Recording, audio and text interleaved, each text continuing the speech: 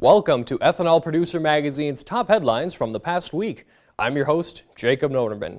Before we get started, we'd like to thank today's sponsor, Ethanol Producer Magazine's webinar titled Cogeneration for the Ethanol Industry, Optimizing Plant Efficiency and Reliability Through Innovative Solutions.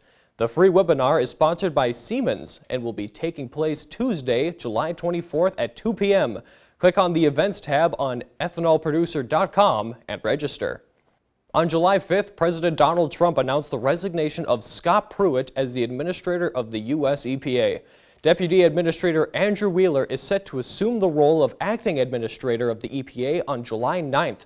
Pruitt's resignation occurred amid a cloud of ethics scandals.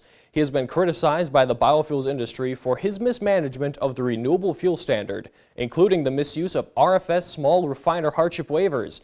Representatives of the biofuel industry applauded Pruitt's resignation and expressed hope that Wheeler will act on Trump's pledge to support biofuels, the RFS, and lift restrictions on E15.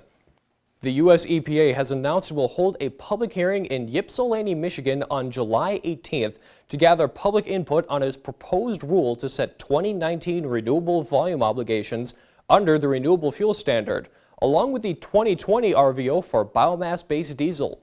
Parties wishing to testify at the hearing are asked to contact the EPA by July 13th. Contact information is available in the hearing notification posted on the agency's website. The EPA said it will post more information on the hearing to its website at a later date, including a list of speakers and a listen-only call-in number. On June 28th, the U.S. Senate passed its version of the 2018 Farm Bill with a strong bipartisan vote of 86-11. The legislation, titled the Agricultural Improvement Act of 2018, includes mandatory funding for energy title programs. The U.S. House of Representatives narrowly passed its version of the 2018 Farm Bill on June 21st.